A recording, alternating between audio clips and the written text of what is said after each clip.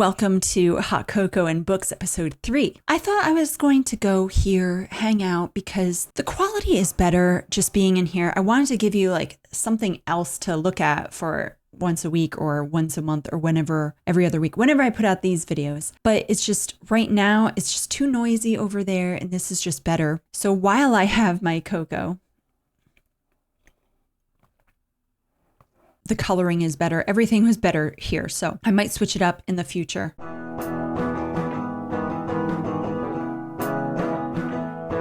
Over the past couple weeks, there has been something that's been weighing on me. And I know there's not a lot of growth on my channel. And I think I know why. I think it's because I try to be friends with everyone. That's how I am. I am not everyone's cup of tea. I mean, I'm a cocoa drinker instead anyway. I've always been an individual. I don't believe in fitting in. I don't believe in being like everyone else. I just want to be led by the Spirit to do what I think is right. Non-Christians, when they watch my videos and they see that I review Christian books or talk about Christian books, right away they're turned off by that.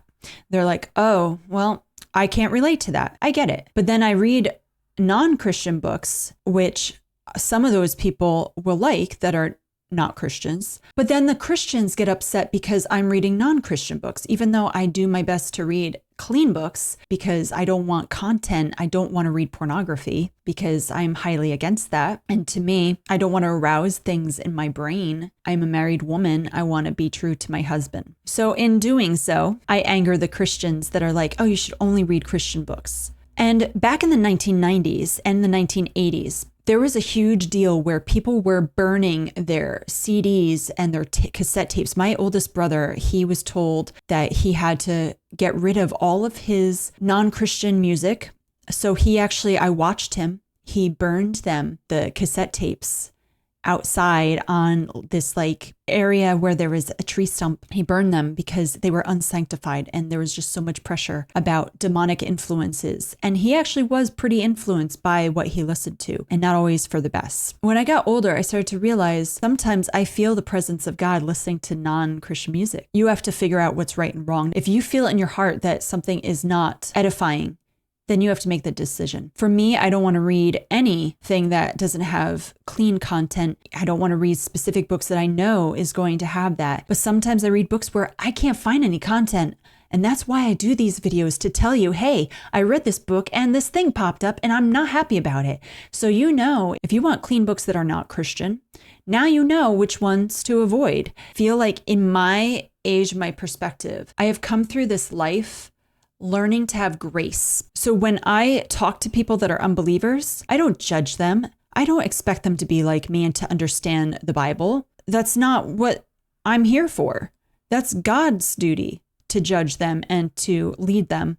I can encourage them. I like to build relationships with people in general, no matter where they come from or what background they have. Have grace with people. And I want you to know, as a Christian, you are to adhere to how God leads you. You should read the word.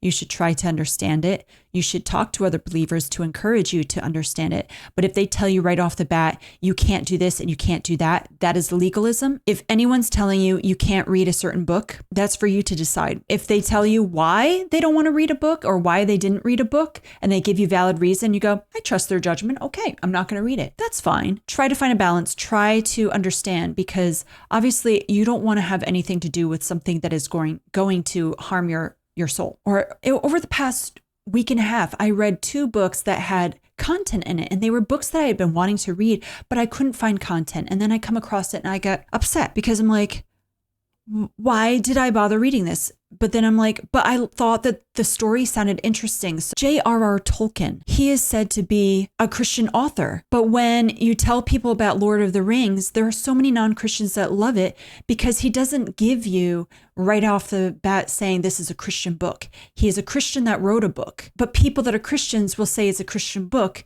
while people that are not Christians say, no, it's a Christian author that wrote a non-Christian book. But there are Christian elements to it. And this is what drives me crazy, is that people, they are going to tell you what you can and you can't read. Just this week, I watched a video of a lovely woman talking about how she wanted to read A Count of Monte Cristo. And then people were saying to her, well, it's not a Christian book. And you said you only read Christian books. And then she's like, oh, it's Christian adjacent because it's a Christian author. And it's like, Why are people like this? Why have we come to this point as Christians to tell people what they can and can't do instead of allowing the Spirit to lead someone? You don't know this person.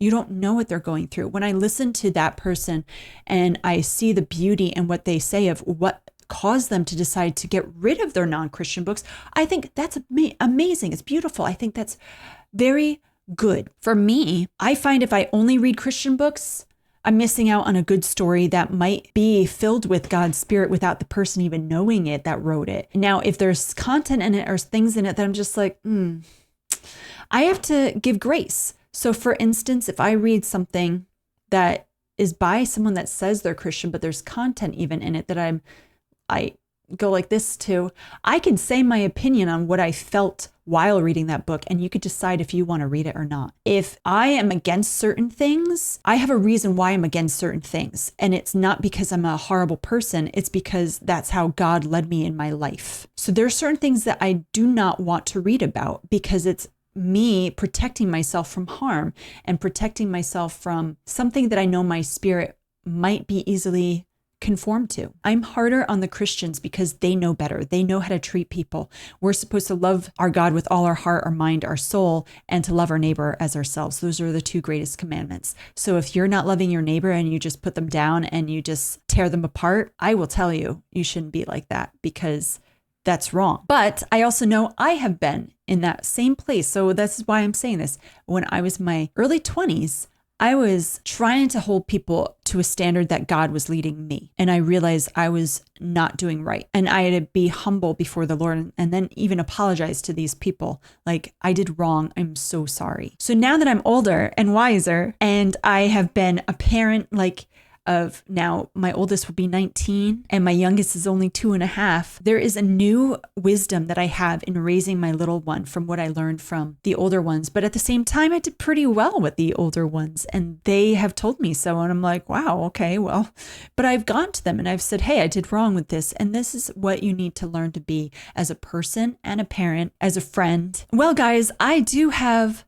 a food delivery that is coming here today. I ordered 12 things. It seems like 11 of them are coming. So I have to pick up at the door any minute because it's not that far. I didn't want to go outside today. It's snowing again. And you can't see the beautiful view today, but it just started snowing. My little one, I didn't want to have him fall asleep in the car to go to the store. And then my one son that works at the store, I didn't want him to wait until 4 p.m. when he gets out of work to bring me the stuff, to go shopping for those things and then come home. I want him to be able to come home and relax. So I didn't want to bother him. Sometimes I'll say, hey, can you bring home this? And he'll be like, yeah, no problem. But I didn't want to do that today. So I wanted to stay home.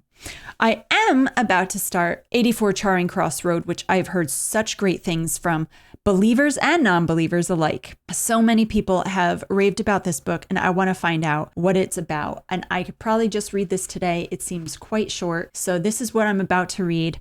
I'm excited about it. I just finished 2 books today. So I might be finishing 3 books today, but one of the books that I read today was not that great. And one of them was average.